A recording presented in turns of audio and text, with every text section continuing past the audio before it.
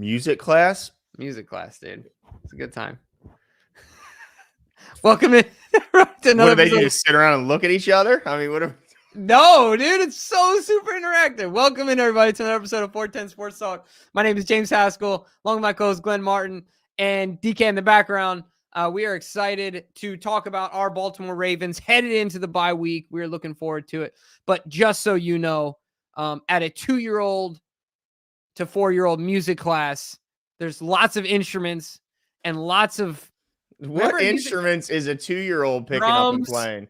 jingle, like the bells. Oh, it's got to be brutal. Oh, You wear no, headphones? man, they keep a beat, man. They keep a No, beat. they I don't, promise. dude. The teacher makes an easy beat, and they keep the beat, dude. It's really easy. It's just copycat, right? I know, but they're 2. They can't even like put socks on.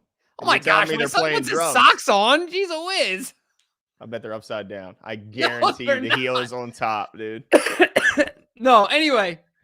But we also are here to talk about, of course, our winner. DK, and just as a note, I also noticed in our private messages in Facebook that Jonathan Johns, I think that's who it is, right? He sent in his address. So if you want to grab that and then put it in our doc, that'd be good too. But all that being said, we got a lot to talk about tonight. So let's get right into it. Glenn, how you doing? I'm just over here bloviating like a buffoon. How are you doing? I'm doing well. It's a good night. It's a cold, cold time in Baltimore. Holy smokes. It's been freezing cold, windy all day, but it's nice. We'll have a nice relaxing bye week for the Ravens upcoming, a bye week where we just get to root against our division rivals and hope that, that they, all of them lose. I don't know exactly the matchups, but I know the Steelers are hosting Arizona, if I remember correctly. And I'm not. The Browns, I think they have a tough matchup as well. So yeah, I'll be just rooting against all the AFC teams in general, but certainly the AFC North teams. It's going to be a good weekend, man. Nice and relaxing. I won't have adrenaline spikes and up and down roller coaster where I'm bummed out and super excited. None of that. Just happiness. Yeah, no, I'm with you. It'll be nice, even keel, relaxing weekend. We'll be able to hear the birds chirping and, really, really hopeful. Just like you said, hope that everybody else loses. Stinking pesky Steelers, man. Of course, they would play the Cardinals. You said they play the Cardinals? Dude, their schedule is so cake the rest of the way. Right? They got Dude, let me just say, go ahead. I want to hear the rest of the schedule. Yeah, let me pull it up here. I know they have New England. Of course, they have Arizona next. They have us. That's their only tough matchup. The rest of the way is their final game, which is against us. Okay, here we go. At Seattle. I guess that's kind of tough. At home against Cincinnati, which, by the way, I don't know if you guys saw, look horrible without Joe Burrow, as I'm sure can be expected. They got to play at Indy, at home against New England, at home against the Tennessee Titans. Oh, I'm sorry, that was old. So, yeah, I already said what it was. Arizona, New England, Indy, Cincinnati, Seattle, and Baltimore. So, really only one tough matchup, in my opinion, Baltimore. I mean, I guess Seattle on the road. I just wonder what their motivation will be at that point. Will they be out of it? Will they still be in some sort of playoff contention? But really, those are it. I mean, those are their 2 playoff matchups, possibly at Seattle and at Baltimore. So, let's hope that they stumble somewhere before those 2 games and maybe, lose one or both of those. Dude, I told you, though, didn't we talk about this at the beginning of the season? What? That the Browns and the Steelers do this. They go in opposite directions as the season progresses. And it's so frustrating. The pesky, pesky Steelers who were celebrating like they just won the Super Bowl after they beat the decrepit Cincinnati Bengals. Mm-hmm. In one of the ugliest football games we might have seen all year. Like, is that fair to say? Bad. Oh, it was bad. It was bad, but the Monday night game was really bad too. Oh, I mean, Bears, Vikings. Yeah, it was 1 touchdown, 6 combined turnovers. Dude. 1 combined touchdown. The Bears won from the first teams in recent history that won without scoring a touchdown, Jimmy. Sure, that didn't happen since the Ravens won 15-3 against somebody in 2000. Yeah, the old Stover game. Yeah. That's right, man. Oh, my God. 3,000 field goals.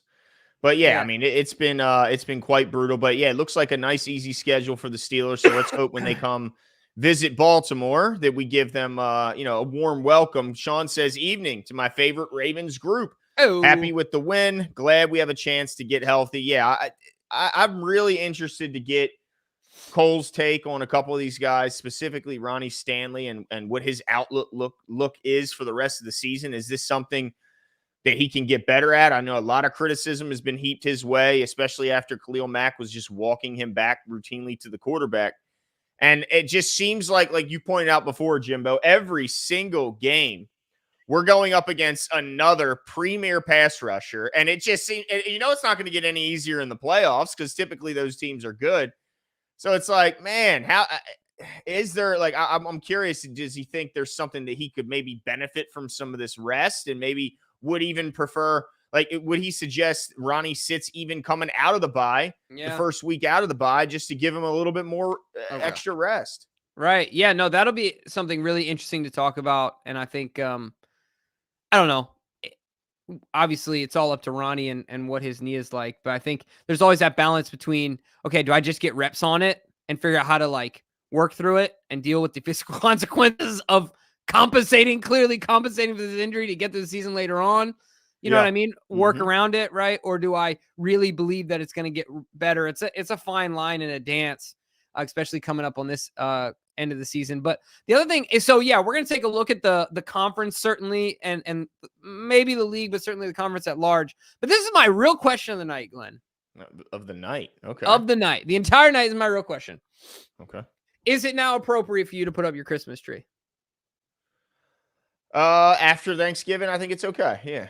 I think it's okay. Mine's not up yet. Mine will be up this Sunday. This Sunday, that's part of our perfect, right?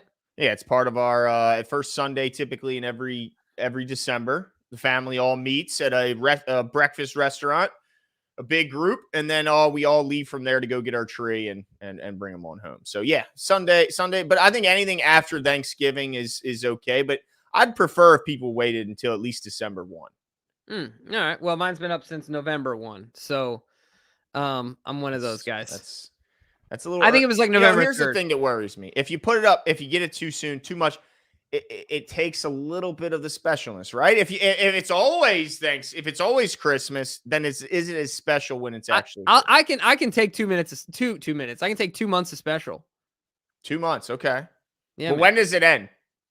Oh, is 2 months the end? No. By New Year's. Yeah. No, New Year's I'm saying. Okay, so you'll never creep into October. No. I've got to turn your the page benchmark is Halloween. Yeah. See, I'm on. But see, doesn't that just skip Thanksgiving? It just is so disrespectful to Thanksgiving, dude. But Thanksgiving is just, I don't know. It's okay. It's like an appetizer to Christmas. I mean, bro, it's okay. Okay, what's your second favorite holiday behind Christmas? Thanksgiving, because I know Christmas is around the corner. Well, that's why. Stop it. 4th of July is a close second. I mean, a close third, right behind. I love 4th of July. I like 4th of July, but come on. Thanksgiving, football, good food, family. Come on. Yeah. No, it's good. It's good. But I was excited to put up the tree because my son's obsessed with it.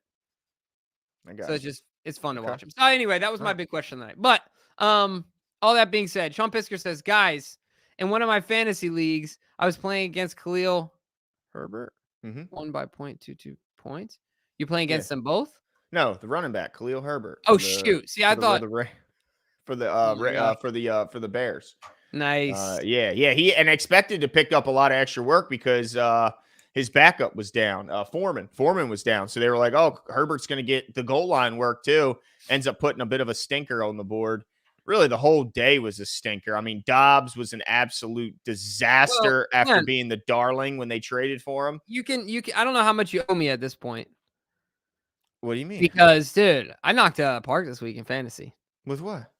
My fantasy. Oh, I know you did. And now you can put the nail in old Bob Pearney's coffin this week. If my lineup is not looking good.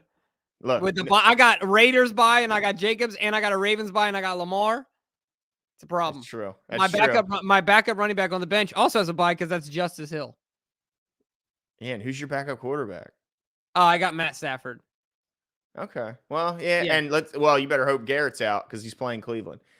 Sean says, I'm with Jimmy. I've had my tree up since the beginning of November, and Thanksgiving is to me. What? I don't understand this. Food and football. It's literally a holiday for food and football. I love food. I love football. It seemed like, what am I talking? Am I on the wrong channel here, guys? Like, what are we talking about?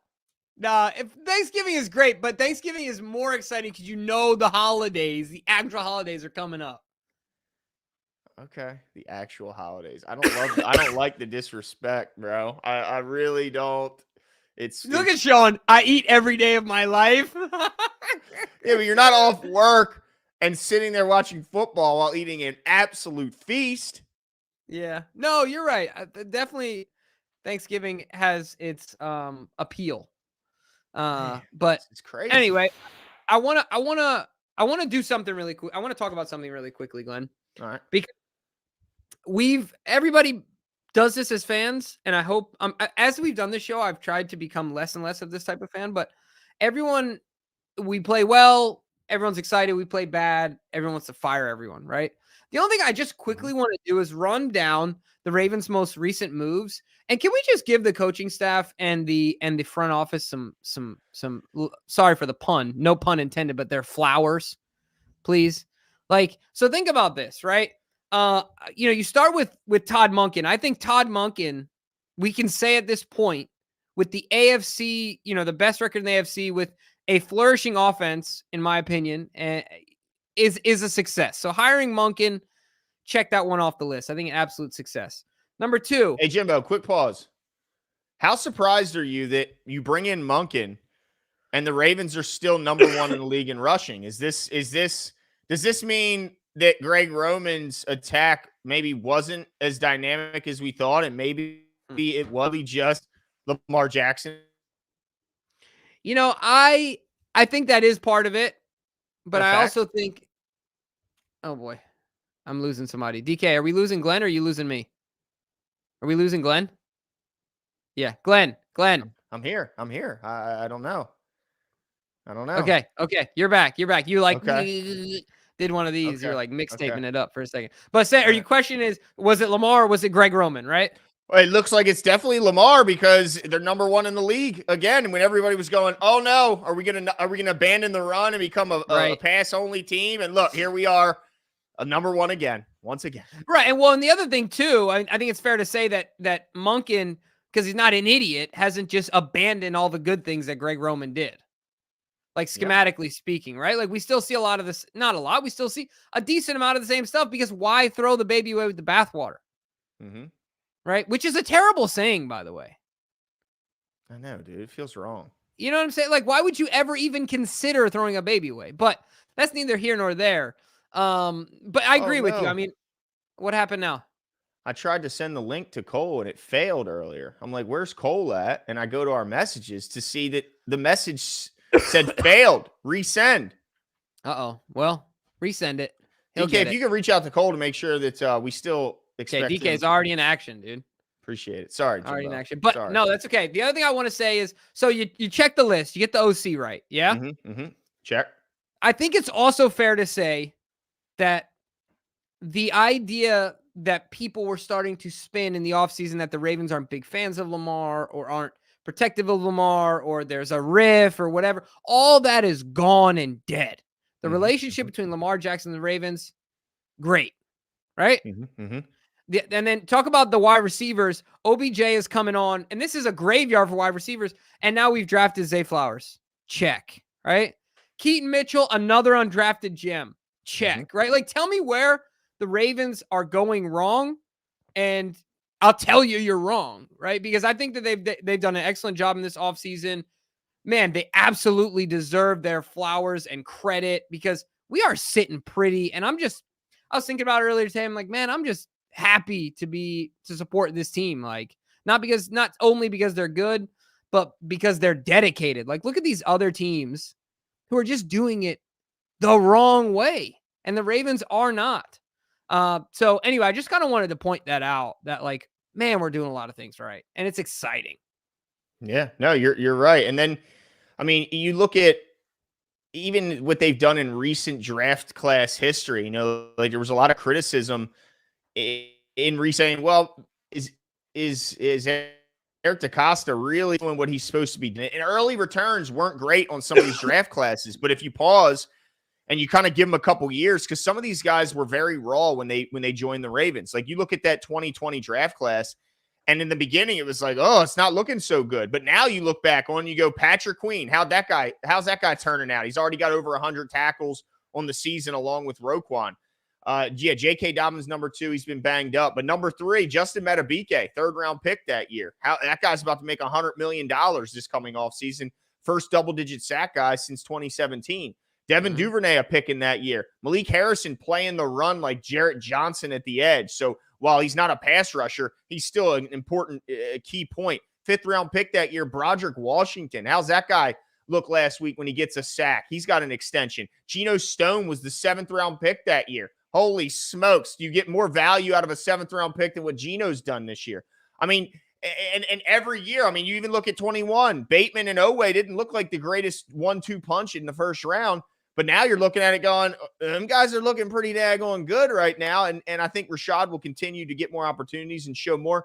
3rd-round pick that year was Brandon Stevens. I mean, you're talking about they've been hitting it out of the park with their draft picks, certainly with their free agent signings, and doing so while not being the first team, gobbling guys up on the first day. No, they're sitting back, waiting, letting contracts come to them that make sense. And then you got Van Noy, Clowney off the edge, playing like Pro Bowlers. I mean, you got to give these guys an absolute ton of credit.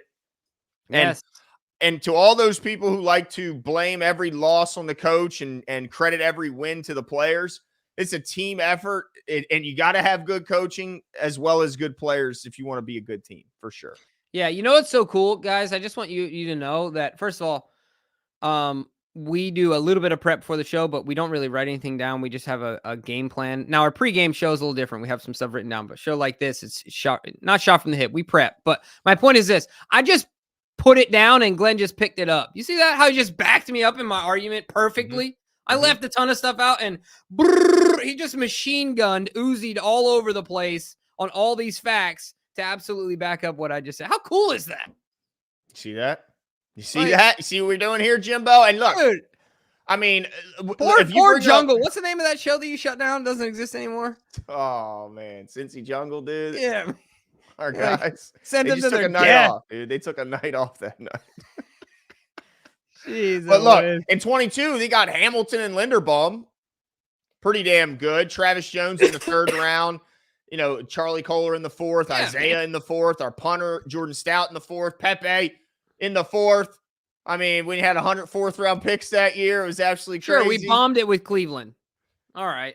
We just should have known his last name was Cleveland. But he could very well. Would anyone be stunned if he turns into Ben Powers next year? Right. That's a great point. I mean, he could be Ben Powers or he could be Ben Bredesen. That's true. Ben Bredesen, by the way, still in the league. Is he? Still in the league, bruh. Oh. So, you can't hate on him too much. He's still in the league. Yeah, He's still getting it done. But yeah, no, I think your point is well made that, yeah, it's a good team, good organization. Look, somebody I think said this. Jeremiah said, think about Van Noy and Clowney. I know. Yeah, exactly. I mean, dude, Clowney, holy crap. Is that not one of the best free agent signings? How about Darby? We keep calling him Roby. How about Darby? Yeah, Darby. It's been huge for us, dude. We picked him up mid-season. Like what are we talking about here? I mean, it's been my favorite line from Darby ever. I'll remember this for the rest of my life. Oh, how'd you come back from the ACL? I just ran a lot.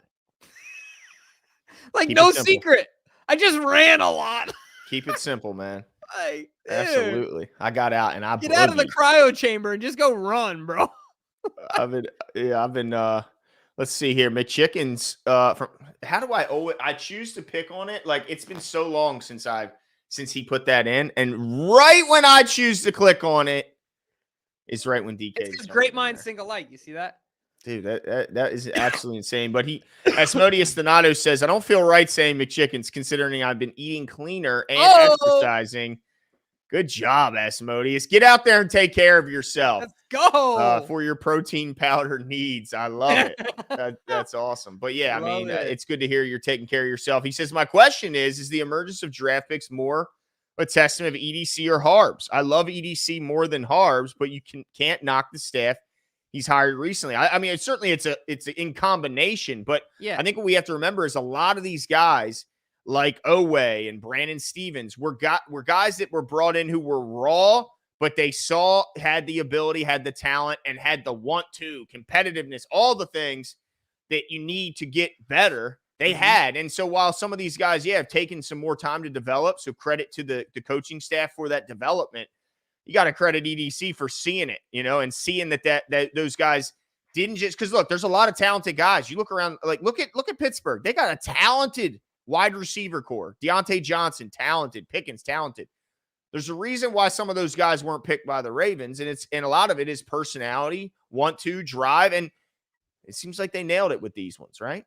Yeah, no, and I'll take it further down the line. I think, like you said, it's a combination in that EDC. This is how I envision it going. EDC goes up to John. It's like, hey, I really like this kid. What do you like? And John has some sort of response like, okay, he's not great at this, but also me and my coaching staff feel good that we can teach that. Yeah. Right. Like, but this other stuff we can't teach. We need that, right? Like, we need him to come with that already. So understanding who your staff is, John has done a great job. Who's the pass rush guy? Chuck Smith. Chuck Smith. I mean, think about what he's done to all of our pass rushers in just a year. The way that John has hired has been out of the box, has been, different and exciting and really fun as well. So not that this is an absolute, like, the Ravens are doing everything perfect thing, but I think it's really worth mentioning. I mean, they're just doing an excellent job right now and doing it the right way. It matters, man. It just matters. I mean, the results, whether in 1 year, 2 year, or 4, they're inevitable, like Thanos, right? Doesn't he say I'm inevitable or something like that? Yep. Right. So they're inevitable. So I would say in combination, like you said, Glenn, but also John's staff has done an excellent job. Who's the O-line coach, the old dude with the long last name? Oh, Coach D, they call him. Yeah, I mean, I don't know. Dude, he's done awesome. Chuck Smith. And who's the sweatsuit guy? Is that T? That's Keith Williams. Yeah. If you guys don't know, Glenn, break it down for him, dude. Does he not always wear a sweatsuit? 110, bright and sunny, full sweatsuit. And not sitting around in the shade. No. Active, out there, demonstrating, involved. Crazy. I don't know how I don't know how he does it. I mean, I'm sweating there, standing on the sideline with a t-shirt and shorts. Certainly not doing as much, but yeah, guys out there, guys are active. I love the coaching staff. Got to give them credit. Yeah. Now let me ask you another question. Like I mentioned, it's been confirmed Peters is gone. He's not a Raider. Right. I haven't heard much. Yeah. Apparently, they were able to recoup some of his signing bonus or some sort of incentives by cutting him when they did. Yeah. Where's your mind gone? Do you think any interest there? Do we not rock the boat? You know what I mean? We're already such it's a good worrisome. Defense. Yeah, I mean, it's certainly worrisome bringing in a guy with that strong of a personality. And the question is, did he burn bridges on his way out? Did he get into an argument? Did he say some things that are regrettable in the heat of the moment? Which we've heard rumors that him and Lamar got into it near the playoffs, where he was expecting along with a couple other veterans, expecting him to try and gut it out and get out there with his guys. And apparently he made it clear that they weren't happy. And so if the rumors are true, they could just be that, rumors and BS. But if they're true and there was some sort of a blow up on his way out with your franchise quarterback, I can't imagine them bringing him back in. I don't think the issue between him and Harbs on the sideline, I don't chalk that up as an issue. But if there was a behind the scenes blow up between Lamar and Marcus, I don't think he'll be here. But on top of that, do we really need that's him out there? Like, there's issues with effort level. He's an older guy. And Marlon's on his way back. So what do you think? Yeah, it's a hard one for me because I'd love to see him here. I think he could be a jolt of energy, right? Like DK is mentioning, why did he cut from the Raiders? I know it was kind of a lack of effort thing. They said the same thing about Clowney, to be fair. Right? Clowney literally gave up on the Browns. It's true. And look what he's doing now. So time and place and how your value is perceived by your employer also matters, right? Like big time as far as your motivation. So this is the ultimate question. Do you believe that Marcus Peters, so do you believe he would rattle our culture? That's the question that John needs to answer in his head. If you don't think so, I think it makes sense. You bring him in. He's still a playmaker. And if you're kind of light in that room, I don't know, you bring him in because ultimately you don't need him. Like, you've done all right without him. You could cut him. So he's got to behave. But at the same time, what you worry about is he has shown in the past to have an in-game, very public blow up Yeah. and doesn't care really who that target is. And so do you run the risk of having that blow up happen, down the line or during the playoffs? And how does that disrupt, the other players on the team? I don't know. I don't know. Well, it'll be interesting to see what they do. Yeah. But you gotta assume that that they're gonna shake the tree, right? Yeah, I mean, certainly if there's any further injuries or if some setbacks happen with Marlon, anything like that. Yeah, Yeah, got to. no, for sure. So But DK, do we know what the status is? yeah, no, haven't heard anything. Yeah, haven't heard anything just yet here, Jimbo. But hey, I It's want to all ask your question on it's all something DK's else. fault though. You know that, right? It always is. It Sorry, always go ahead. is. You're gonna ask me a question. I apologize. Yeah, I've been seeing some interesting people are talking about Yeah. kicking stats. Okay, people are Oh bringing boy. up kicking stats, Jimbo, and they're Koo, the kicker from the Atlanta Falcons, who now, as an active player, takes over as the most accurate field goal kicker currently active in the NFL with at least 100 field goals attempted. So Yeah.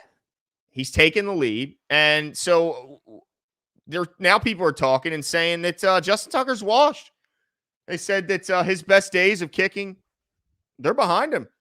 And with this season, they're saying you can't trust Justin Tucker for 50 plus. Mm. What's your thoughts on all this, Jimbo? Because that's what I'm seeing on Twitter, dude. I'm seeing Yeah, people yeah. coming Does after anyone him. I did see that graphic. Do you have that graphic? That's Or what I do you was at least do you scrambling have the looking numbers? for. Like how many kicks? Because I think I saw that, and I think that Justin Tucker has kicked like 4 times more field goals than Koo. It's Koo, Oh, right? yeah. It's like, Justin Tucker's at like 340 something makes in his career. And yeah, Koo is like just over 100, I believe. Yeah, so that's ridiculous to me, right? Like, I'll tell you what this is, Glenn. Let me tell you what this is. When I was a kid, we were Tell sitting around the kitchen table. It's story time. I'm feeling nostalgic today. And when I was a kid, I was way into basketball. So I remember being at Mars Supermarket on Route 40. And I used to sit there and look at all the basketball magazines while my mom was grocery shopping. I'd literally sit on the floor and look at them, right? I got tired of, Mhm. I'd like read all the articles. So I didn't know I grabbed to this, but remember back in the day, like before technology, they used to have gambling book, like magazines, like Mhm, just mhm, full of statistics. My mhm. family doesn't gamble. I had no idea what this book was, but it was amazing to me when I opened up this magazine and could see the 3-point percentage leader, the this percentage, and everything, right? At that time, I just was looking up for fun to look like Shaq up, and I'm like a little kid, and he was like 70 or he was like 66% from 3-point land. And I'm like, wait, why is Shaq not shooting threes? He was 2 for 3. Like they were It's probably all like about half sample court size, right? bombs. You know what I mean? Like stupid Yep. stuff, right? But my point is that, like, okay, really, guys, like this is just a measure of statistics. I believe that Justin Tucker is going to be just fine. He's going to be okay. I trust him fully. What I need to improve is his protection in front of him. Mhm, mhm. What, 4 blocks this year? Has it I don't been know how. 4? I think it's been 4, but I know it's at least been 3. Either way, it's been way too many. And even if it's not blocked, it seems like guys are getting back there. So my thing is that if you want Justin's process to be repeatable, you need to give him a little more. You need to give him protection because Yeah. I firmly believe he can get it done. There's no way that he's just washed. No, no. It's ridiculous. He has not been around nearly as long as some of these the great kickers in history. Like you look at, Yeah, Adam Vinatieri played for 24 years. I think right.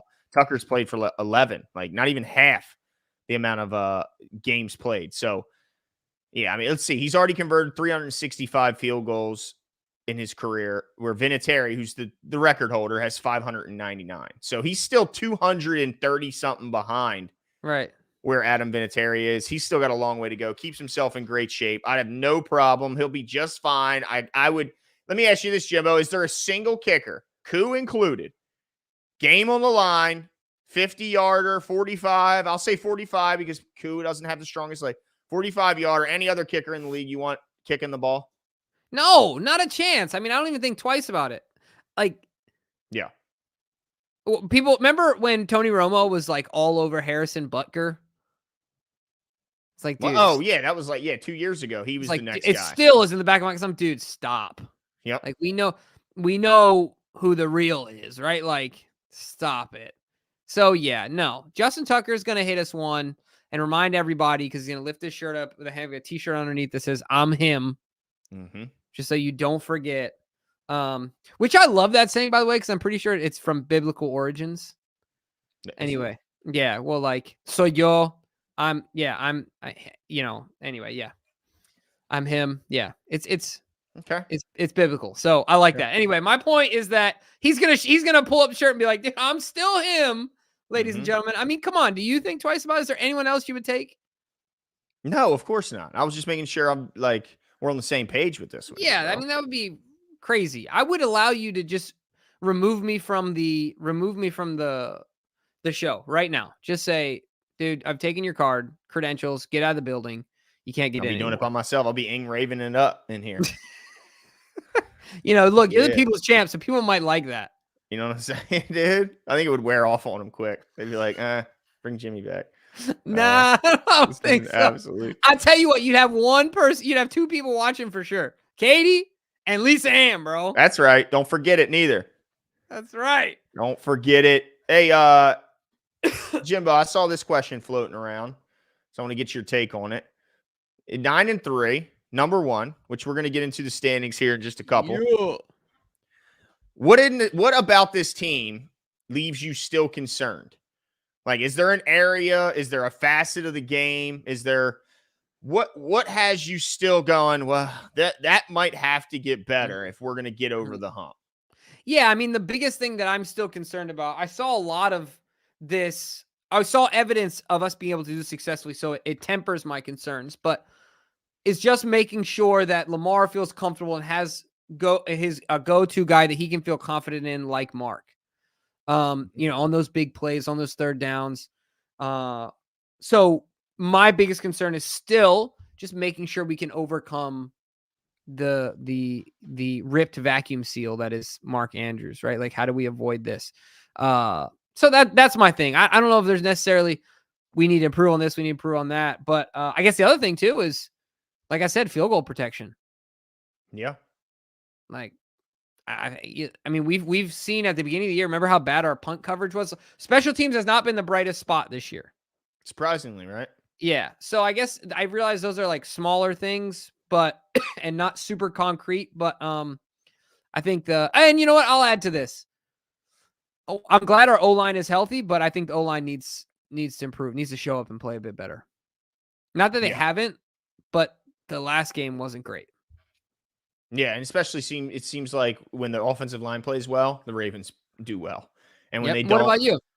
Yeah, I think to me it's just consistency on the offensive line. That's the only thing that concerns me because I feel really good about, on the defensive side of the ball. I feel really good about our pass rush. I feel, I do have some concerns about our run defense, but I know that come playoff time, a lot of these teams, you just don't have to worry as much about a good run offense. Like, I don't think the Chiefs are going to find a run attack between now and the playoffs starting. So I look at them as And then Miami, I know they got Mostert, but I still look at Miami. I worry about their pass catchers. So I have concerns about our run defense, but I don't see a team in the playoffs that can really exploit some of the issues we've had. And I feel good about our pass defense. So offensively, it just comes down to that offensive line's got to be consistently good. Like, we can't have games like we saw from John Simpson where he'll have really good games, play really, really well, and then have games where he just absolutely struggles in a big, big way. And I'm a little concerned about what the health is like for Ronnie, because if Ronnie can't anchor and can't, take on some of these bull rushes, man, it gets a little scary over there. And then you have to start helping, and it's a whole thing. So mine's only about the offensive line, Jimbo. Yeah, I mean, you're absolutely right. It's where it's won and lost. Cole said it time and time again. So the other thing for me is I always have anxiety about the other shoe just dropping. You know what I'm saying? Like, every fan has that fear. Yeah, especially after 19, where I just watched it in slow motion. Yeah. Of course that does cross my mind, but outside of that, that's just general fan anxiety. I think that just kind of comes with the territory. But Glenn, I think it's time. If you want, what we can do is so why don't we go through our over under competition winners, both internally and of the viewers of the show, and then let's get into the the playoff standings. Yeah, and kind of talk about the playoff as a whole. DK, Yeah, is it just me? Oh, there you go. Glenn, you were frozen again. You back? I'm back, I think. Okay. All right. Yeah, you're back now. Okay, cool. Okay. You were stuck like this. Oh no. Nah, it was Not all a right. good It look. could have been way worse. I guess so. You could have like the fish hook look, that could have been bad. All right. Well, let's get into our over under results and talk about it. This one's gonna be a fun one. And Yes, of course, sir. Yes, sir. as always, our over under competition results or competition is brought to you by the one, the only BetUS, the OG in the sports gambling world. Ladies and gentlemen, if you want to enjoy the games a little more, maybe you want to enjoy a Vikings or Bears game on a Monday night a little more. Look, hang out with your significant other and put some shekels down on it. Certainly, that's what my wife and I did last night. And let me tell you what, she beat me by 0.22 points. 0.28 points, and I lost. I was really frustrated. I for sure thought Dobbs was going to do more for me. Yeah, you know what he did? Well, He terrible. Did. So look, I got bills to pay, ladies and gentlemen. I got bills to pay. Yeah, go check it out. If you want to do game bets, in-game bets, prop bets, you want to do season-long bets, you want to do MVP bets, you want to do individual, whatever you want to do, it's all there. And the really cool thing is that not only do they have a ton of bets, they also give you free money. Use the link in the description that DK so graciously put in there, or go to BetUS and use the promo code 410, and you will get access to a match of 125%. That's 100% match plus an extra 25, up to $2,500.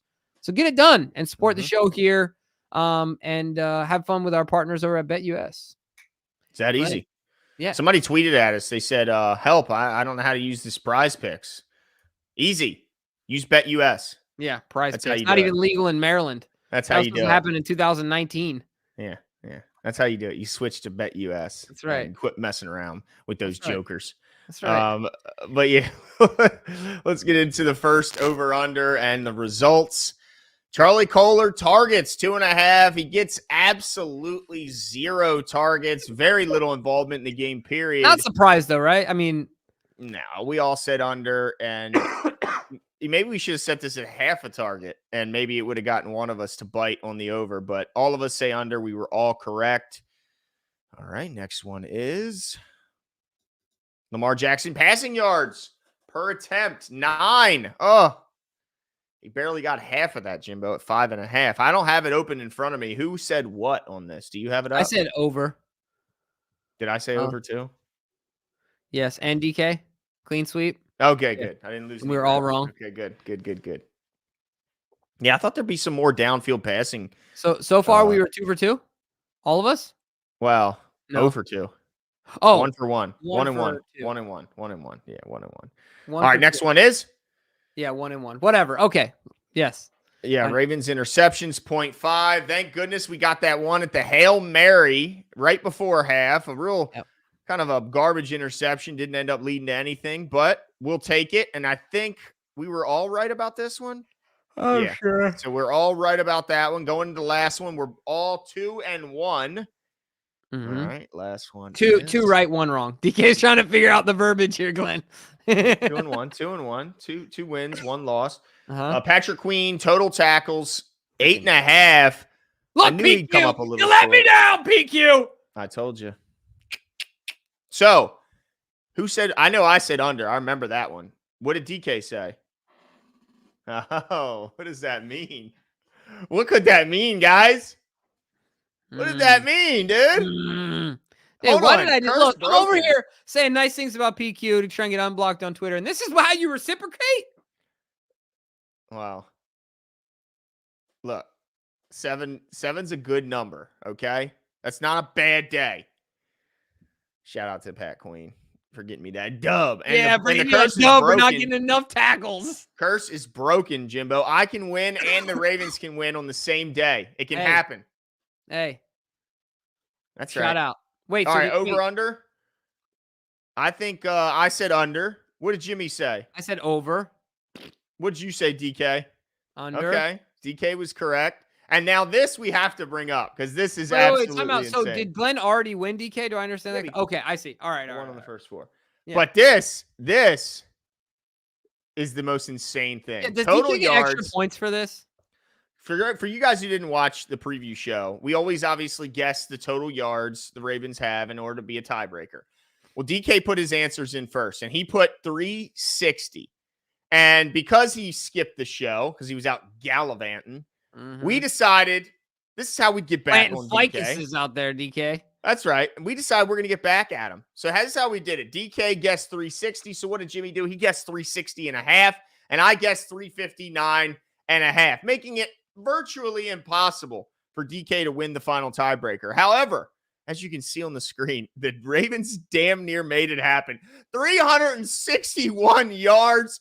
I mean, DK was one off, and he still lost, and he was and I was a yard and a half off. I was third place. And I was a half yard off. But the craziest thing is that Glenn and I only put those numbers. Like, DK was the real winner here, right? Like, because we just did it to sandwich him in. That's right. I mean, let's be honest, right? It's just That's right. what it is. But the good thing is it didn't come down to that. So I don't have to feel feel guilty. For you.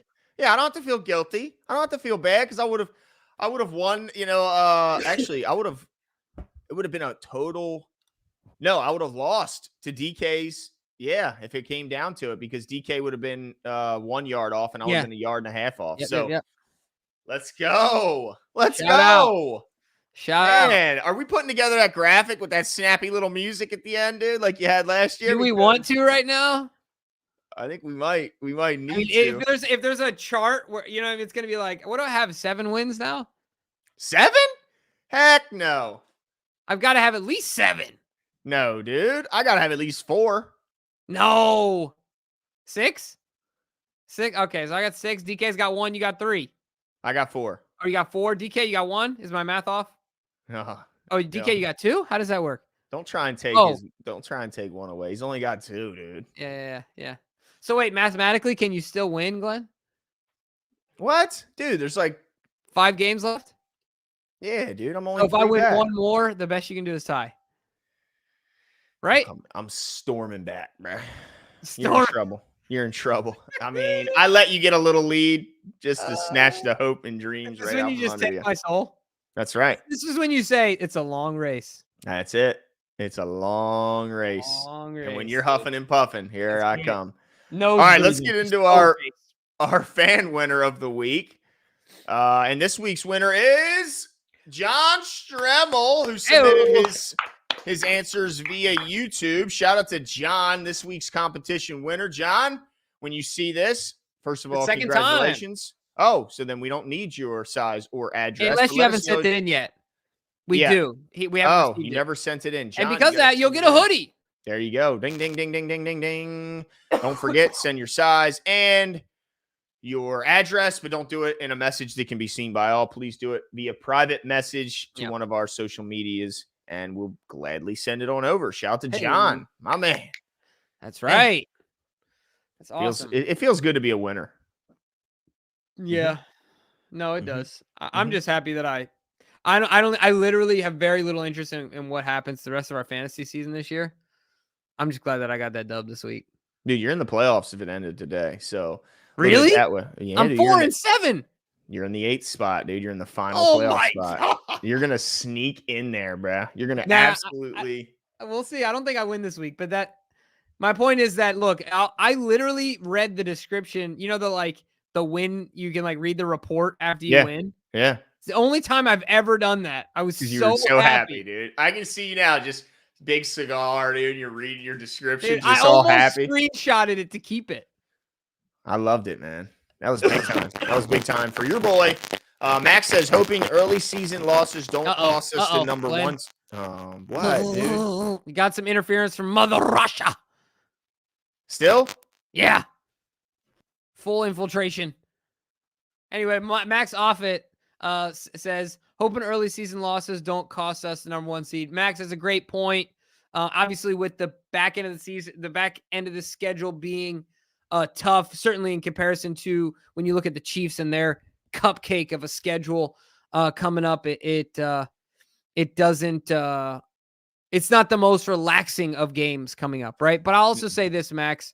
Number 1 seed or not, I am harnessing the power of being battle tested. Like, that is my mantra going into these playoffs. So bring on the hard schedule, bring it all on, because look, we want to be so ready to go by the time we get to those matchups in the playoff. We feel like it's a cakewalk. Not that we're going to play like it's a cakewalk, but the point is that we've been there. We've dealt with more.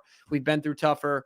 I don't know if that applies in every sport, but certainly I hope that this can help in football. And so I understand your point. But with that being said, Glenn, I don't even think wants the 1 seed.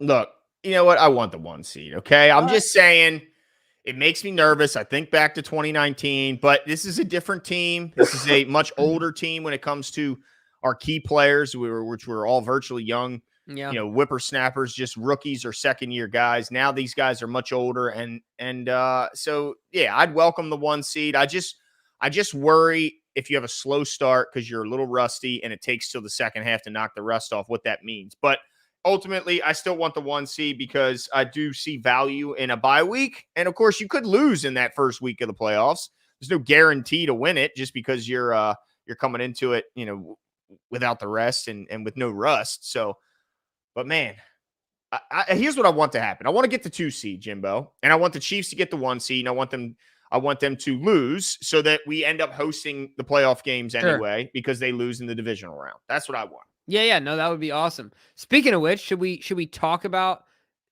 maybe? I'm asking a lot of either of you. I got it up. Oh, do you have a graphic? Of course. Nice. Well, Jimbo, got you, bro. Go. All right, so here I'm putting up on the screen now, and I'm not going to hit stop sharing like I kept doing that one night. After I'd hit share, instead of add to stage, I was hit stop share. Like, why is it not adding it? All right, so as you can see here, no surprise, the Ravens at the very top of the AFC, followed closely behind by the Chiefs, Jags, and Dolphins, who are all equal at 8-3. And then right after them, a couple AFC North foes, 7-4 Steelers, 7-4 Cleveland Browns. Then the lowly Chiefs, Texans, Broncos, and Bills follow them up. And I'm going to start this, Jimbo, with a quick question. Do you buy into what the Denver Broncos have done? They've won 5 straight games. They're screaming up the standings despite starting 1-5, now up to 6-5. Do you buy into the fact that they were just a slow starting team with a new with a new regime, and that this is a team to be reckoned with down the stretch of the AFC?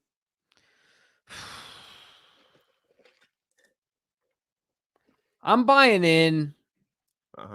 I'm buying in because I think that if you look at the teams in front of them, all the way up to Miami, I don't think, like the Houston Texans have done some good stuff, but do you trust any of those teams? I mean, look, you got the Texans, you got the Colts, you got the Browns. The Colts and Browns are playing with backup quarterbacks. The Steelers are playing with basically a backup quarterback. Like, let's just call it what it is. Kenny Pickett is not that, he's not good. Yeah. I think people would take Josh Dobbs today maybe over Kenny Pickett in a lot of cases. So what I'm trying to say is that all the way up to the 3 seed from 9, which the Broncos are at, or sorry, not 3 seed, excuse me, the 4 seed at Miami, like, are any of those teams significantly better than the Broncos? Yeah, no. The Texans have been the darling, but yeah, you're right. And it's even crazier, Glenn. That means that today, well, I guess the Texans would be just out, but 2 teams from the AFC South and potentially 3 teams from the AFC South could be in the playoffs. Yeah, that's kind of crazy. When you How insane is that? Yeah, the East and the North, you would have probably guessed would those 2 conferences. Yeah, the AFC South divisions. is doo-doo. I mean, especially at the beginning of the season, like. But you got that. Think about it. If the Texans can squeak in and somehow I think the Browns find their way out. I think Pittsburgh also finds their way out, even with that cake schedule. I just don't think the way that they're winning is sustainable. Yeah. No, I I just don't agree. think you can keep inventing, win or manufacturing wins like this every week. I don't think you can. So, yeah, I mean, how crazy is it to think the Colts are there? Dude, how about the Buffalo Bills sitting at 10th I right now? love it, dude. I love it. 10th. I love it because I can't stand Josh Allen. He's like everyone questions everything about Lamar Jackson. Nobody ever says a dang thing about Josh Allen. Shut Well, I think up. lately he's been Good. catching. Yeah, he's Good. been Because I've been catching. saying it. He's a Look at fraud. that. Look at that. Who was the first one to call this team? Who was the first one to say Belichick was a fraud, Yeah, Jimbo? dude. You called that basement, right? They're the worst record in the AFC, right? 2 wins. Trash. Absolute trash. Yeah, yeah. Garbage. But what about if there's a team you'd like to Yeah. match up against? Like, do you hope it is one of these AFC North teams that the Ravens have a ton of familiarity with, that they're playing them in the early parts of the postseason? Or are you hoping it's one of these South teams or even Yeah, one of give the me teams some from the from the East? South as like a nice appetizer. Give me the Colts, dude. Let's remedy that. Let's Yeah, let's fix that, right? Like let's get but now if we're the 1 seed, so that would mean the Colts are playing the Chiefs. yeah, Okay, so the Colts are out, yeah, yeah. They're right? I toast. mean, Yeah, they're toast. so then it would be Chiefs, Colts, it would be Jags. Dolphins. Oh no, No. Jags, Jags, Browns, Browns, Dolphins, Steelers. Dolphins, Steelers. Yeah. So I Oh, I think tell you both the what, North teams the are out. Dolphins are just going to score too many points for the Steelers. Yeah. The Jags don't want that Browns defense. Well, yeah, if Myles Garrett's healthy, but I still don't think the Cleveland Browns offense can keep up Yeah. with Joe Flacco at quarterback. I just it's my guy, but Hey, I tell you what, Cole brings up a point though. I don't want January Joe. that's true. Look, That's true. however old he is, how old is Joe now? He's got to be almost. I mean, He's got to be pushing 40. he's DK's age is what 38. Sorry, DK, I just revealed your age on. Sorry, I apologize. I involuntarily did that. What's this you got? What's this graphic you got, DK? Can I we guess see this? What is this? Oh, is this playoff chances or is this MVP chances? Oh, for the number 1 seed. Oh, okay. So And they this has got to be still, based on strength of schedule. yeah. Well, strength of schedule remaining. Obviously, the Ravens have an absolute gauntlet. Yeah. So Bring it, dude. Bring it. yeah, I I love like it. it. Yeah.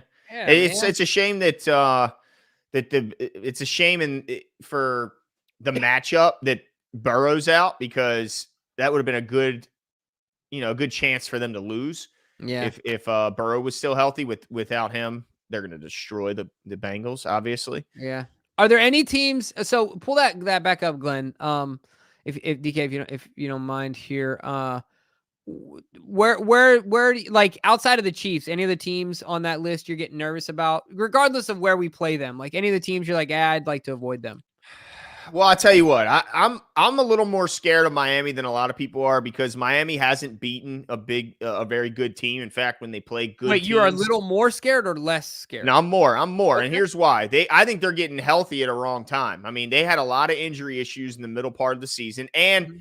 their schedule, you talk about tough. They got a lot of tough matchups down the stretch. So I don't know if they'll come into the playoff. Like, I don't think they're going to challenge for the 1 seed, despite the fact that they're only 1 game back in the win-loss column than the Ravens, actually half a game. Yeah. But they are getting healthy, dude. Like, they got Jalen Ramsey back, who has been Mhm. absolutely on fire since coming back. Yep. They got it. So I think their defense is only rising. They're getting healthier, with Armstead, with Waddle. Obviously, Tyreek Hill has been the best receiver in football. And if Achane can come back, he came back and then went right back out again with a sprain in that same knee. But it's not expected to be long term. If he can come back, the way he was running, he was making people miss at such a rate. They had a chart of analytic chart showing forced tackles missed, and Achane was almost off the chart compared to everyone else. Like, he was so much further ahead as forcing missed tackles. It was unbelievable. It looked fake. It was like, this can't even be real. It should be somebody trolling. But no, it's just how good he was when he went out. So they scare me, man, because they're so fast. I mean, we talk about how fast our defense is. That might be the only offense that's faster than our defense, is the Miami Dolphins, because they have every fast player like on their team. All their top 5 fastest players are all on the Miami Dolphins. It's ridiculous. And now they have that defense playing well with it. So I think the Dolphins, they scare me a little bit. You know, they get me a little bit worried. The one thing I will say is I think our pass rush could give Tua some problems in the way we mix things up defensively. But outside of the Chiefs, Dolphins are my scariest team. What about you? Yeah, I can't believe I'm about to say this. I'm not scared of the Dolphins. I just don't want to play someone too familiar. Like I'm not a big I don't want to see the Browns for a third time, even with a backup quarterback. I don't want to see daggone Pittsburgh, man. Like I would love to see Pittsburgh just to beat them again, but like we see them at the end of the season and then we're going to see Oh, them. so you're nervous about them, dude? I'm You're not nervous. scared of them? I That's guess what it sounds like. but what it speaks to is that like, I mean, Kansas City, I think we're a good matchup for Kansas City as long as the refs don't do Mahomes too many favors, which is always a concern of mine. His guys are allowed 3 holding penalties before they get 1 called. So just kind of how it goes. Jacksonville, I'm not afraid of. Miami, I'm also not afraid of because I think we can just punch them in the teeth, offensively and defensively. I think we just are way too physical for them, on both sides of the ball. But all I'm saying is like, and yeah, the other teams that are below the Browns, I'm not worried about. So it's the familiar foes is who concern me the most. And that really has more to do with my confidence in the Ravens playing against those other guys in comparison to those that know us.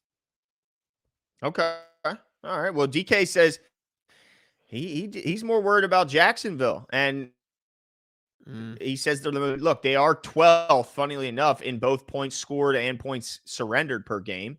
So you talk about balance. They're top 12, literally exactly 12th in both offense and defense when it comes to points. So, yeah, I mean, it's not a team that's reliant on one half of their team to drag the other half along. They both can bring it, and I'm sure at points have been dominant on both sides of the ball, offensively and defensively. So I can see why there'd be concern. Last time we played them, right? It was a couple years back. We took a tough loss in Jacksonville. Of course, if there is a playoff matchup, he says it stands right now, it would be in Baltimore, but they're only 1 game back, so there's no reason to expect they can't be in contention for that number 1 seed. We might have to be visiting Jacksonville for that playoff matchup if it ends up taking place. But let me ask you this, Jimbo.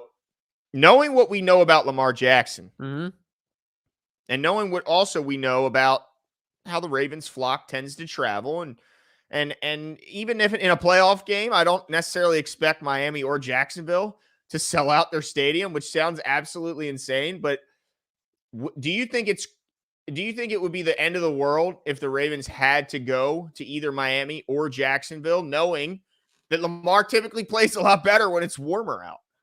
Yeah. No, I mean, I'm all right with it. Certainly Miami, the house was going to be purple. You know what I'm saying? Like, yeah, no, but I still would rather be at home. Okay. Still would rather be at home with the noise, because look, that means that one of them Florida teams got to come up and play in the cold. You think Hawaiian Tua wants to come up here and play in the cold? He went to college at Alabama. You think he knows about the cold? Mm-mm. No, come on up here. You start to lose dexterity in them fingers there, Tua. See how that goes. I mean, Lamar might be used to it, but he still doesn't like it. No, for sure. But being used to it is what, I mean, Trevor Lawrence and he gets the locks going. He's coming up from Florida. He played at Clemson. Nah, not cold in South Carolina. That's true. Come on up, boys. Bring it on. All right. Yeah. Yeah, I tell you what, I'm not mad about seeing Cincinnati down the 11th spot where they belong. Isn't that a good feeling? I love seeing the Bills and the Bengals down there because everybody loves to hop on the Bills and the Bengals every year. Yep. It's Josh Allen and what's the other? And Joey B and no. I saw on Twitter, dude. They're already talking They're already talking draft pick positioning, and I love it. Oh, and what are the Bills gonna do, man? Do they just blow it up? Well, I don't know, man. I don't know if their coach gets fired, so I don't think they will blow it up. I think they'll. But isn't it kind of? I mean, it's kind of. I mean, I guess they're kind of stuck to. They gave Vaughn like 8 years, $800 million. Remember that? To an old guy. Yeah, exactly. And so, anyway, they got a lot of pieces that I don't think it's as bad as the Rams, but they're kind of stuck. They are, and I think what it's ultimately going to take is a regime change. But I think he does just enough to where you're almost encouraged to stick with him. But I think you got to get a new coach, man. You can't have a coach who has that lack of commitment to a run game. Like, he just doesn't seem to understand the importance of being able to sustain a ground attack. I love the fact that when they brought in Monken that he didn't abandon that. I agree. And like, it's so once again, people saying that Lamar gets hit, and like, even if he doesn't get injured in the during the times that he takes hit, it's like it adds up, and then he gets injured later on. Hold on a second. That's, the same people in the same argument will say they'd rather have Josh Allen, who gets hit so much, who every single game has to be their entire running attack because they don't have one. Mm-hmm. Right? Like, every game he leads, and they got backs. Right, that's what I'm saying. So it's certainly a schematic thing. So if I'm the owner, I'm like, dude, you need to protect.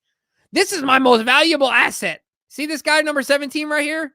Mm-hmm. I pay him the most money, and I need to get the most money possible out of this guy right here, not you. Like, figure it out, dude. Yeah, because we see, and it's not just them. We see it so many times around the league. These teams just they can't run the ball. It's basic run schemes, like no creativity. Like, they just throw in the run game. Like, it's just a throw into them. It's just, who cares? Not important. Okay, you're going to find out when the red zone comes around. That's why scoring is down league-wide, because NFL teams and defenses have gotten a whole lot better on third down and a whole lot better in the red zone. And guess where you should probably have a good run game in those two categories, because it's third and short and you can't run the ball. Oh, you're in trouble. And the same can be said in the red zone. When that field shrinks, you got to be able to pound the rock. Yep. And I love that the Ravens are so good in that category. It's certainly a great feeling. I love seeing the Chiefs continuously try and find that guy behind Travis Kelce. They ain't doing it, and they ain't finding a run game. Not this year. It's going to take till next season. I think their defense is a little better than expected. That's for sure. Not that we didn't expect them to be good, but I think they're a little better than what we were expecting. Spags, man. Yeah. Gets it done. All that being said, I think that's it for us, folks. Yeah, I think that's it for us tonight. Now, we are going to take, like the Ravens, a bit of a bye. We're going to take a few days. Been dying to say that. We're going to take a few days. We're going to take a couple, but hey, you never know. Something crazy could happen. Oh, some pops. We're here. Yeah, as of right now, we're going to take a couple days, but we'll send you a couple pictures from down in Miami. Glenn and I are going to be up on the beach. Yeah, showing my LL. All these younger people like LL. LL Cool J, ladies and gentlemen. Look it up. LL. Look it up. Look it up. Watch the six pack, because that's before all the aesthetic surgeries to make guys look like LL. LL was him. They're like, who, that guy from NCIS? No. I mean, yeah, but no. Not the round face. We don't want the round face LL. We want the chiseled jaw. That's LL, right? Young LL. You know what I'm saying, dude? Christmas right, album lips, LL. Dude. Remember that? Yeah, dude. Nobody licked their lips like LL, bro. But that's it for us tonight. We'll be back next week. Have a great weekend of football. Stress-free football. Go Ravens. Boo to the North. Everyone else. Yes. And have a good weekend.